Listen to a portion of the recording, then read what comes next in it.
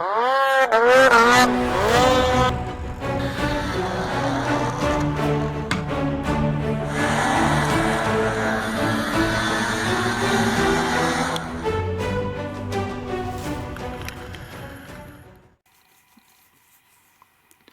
video we're going to talk about the clutching I did on a 2014 Ski-Doo 800 this winter. I should have, done this while I was doing the clutching, but as usual, I don't have as many videos as I should, as I forget to record till I'm done. But so anyways, what was going on was you'd be cruising along and then you want to pin it and you'd want to spin the track, you'd want it to go, and it would be doggy for a minute and then it would go. And basically what was happening is it was back shifting. It was like being in a cruise gear instead of a passing gear. So I wanted to re-clutch it so that it would be in passing gear pretty much all the time. So whenever you wanted it and pinned it, it just went. So I've never had a Ski-Doo before, so I've clutched on Polaris's and Arctic Cats before, so I kind of went by how I did them and just kind of went and looked at the clutch. And I could see the clutch on the secondary, which is what the spring you want to mess with if you're trying to hold it from upshifting. And I looked in there and went, oh, it's black. Okay, I got a black spring. So I went on to the internet and found different spring part numbers that would have been on this sled and looked at the chart here,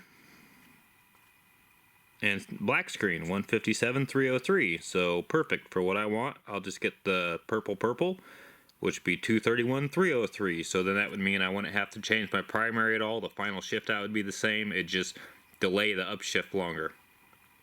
We'll come to find out, Ski-Doo, all their springs are black, and they just put the part number and the color on it in writing. Let's see if we can get this to focus. Maybe down here.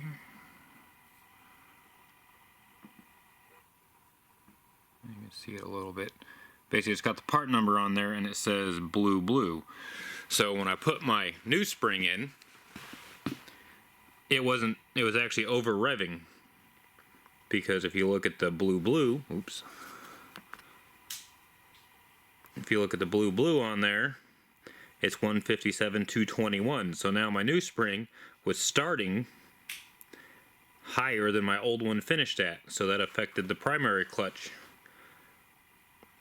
operation. I mean, if it would have been 303, like I thought it was when it was black, everything would have been perfect. But since it wasn't, it was over revving. And then I adjusted the clickers, which if you don't know about Ski-Doo, got these nice little bolts here on the primary with the numbers on them and a notch there, and then you can adjust them. So it was at 5 and I took it all the way back to 1, which should be 1,000 RPM change, because every number is like adding or subtracting a gram of weight on other clutches. So it's roughly 200 RPM per one. It should have added 1,000, and even going all the way up to the 1, which should have pulled the RPMs down by 1,000, it was still over revving. So instead of changing weights or anything like that, I changed the primary spring. And Ski-Doo, again, you can't look at that and go, oh, that's a yellow spring.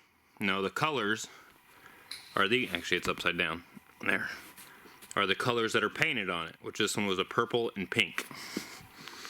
So to get my primary down where I wanted it to be, pull up another spring chart. It'll be a little hard to see here, but if you look at that 160/350 right there, that's purple pink. So I was fine with where the engagement was, but I needed to bring the top RPM down.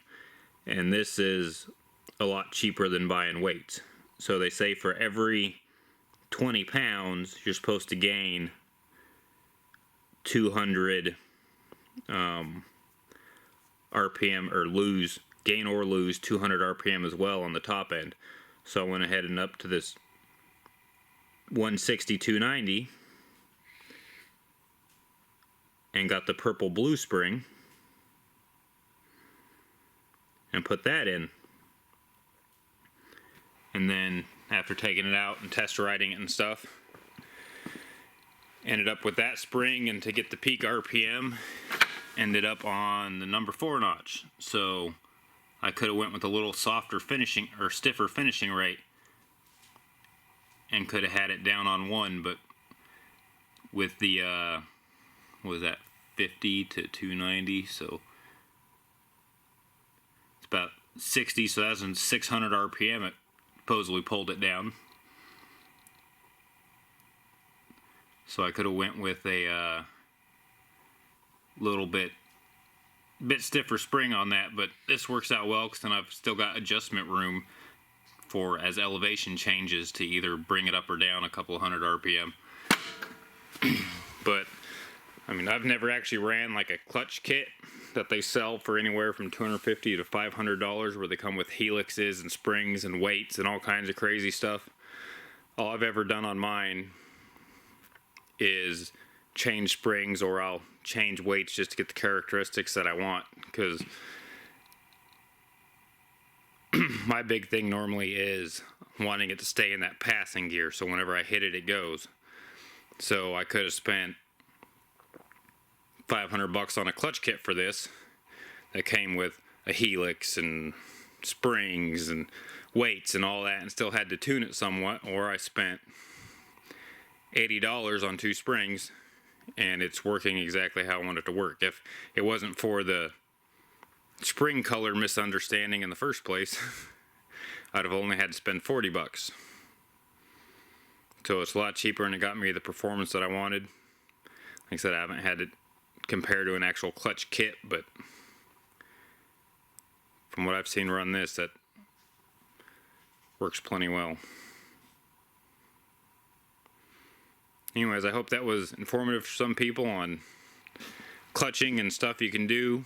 Like I said, if you're trying to change just when it initially starts to shift, if you can get a spring with a stiffer finishing and the same, or stiffer starting and the same finishing rate, that'll do that, or vice versa, softer finishing, it'll upshift sooner. Then that can change the characteristics and not mess with your primary at all. But if your secondary ends up having more finishing rate, you may have to do something with your primary, whether weights or whatever. This one was so extreme with the finishing rate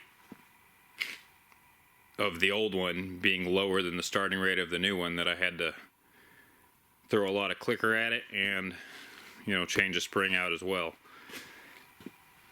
But yeah, hopefully that helped.